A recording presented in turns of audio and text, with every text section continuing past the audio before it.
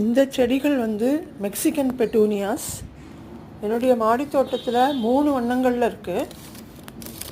இது வந்து விதைகள் மூலமாக பரவும். வேர் வந்து ரொம்ப ஸ்ட்ராங்காக போகும். அதனால நீங்கள் வேறு எந்த தொட்டியில் இதை பார்த்தீங்கன்னாலும் தனியாக எடுத்து நட்டுறணும், இல்லைன்னா அந்த ஒரிஜினலாக இருக்கிற செடியை வளர விடாது. இந்த விதைகள் வந்து வெடித்து செதறி எல்லா தொட்டிகள்லேயும் பரவும். இந்த சீசனில் நிறைய பூக்கள் கொடுக்கும், ரொம்ப அழகாக இருக்கும். பச்சை இலைகளுக்கு நடுவில் இந்த வண்ணங்கள் வந்து ரொம்ப தோட்டத்துக்கு அழகு கொடுக்கும்.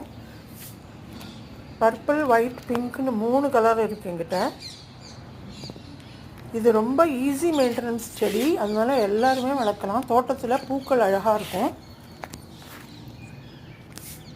பாலினேட்டர்ஸ் நிறைய வரும், அதனால் மற்ற காய்கறி செடிகளுக்கும்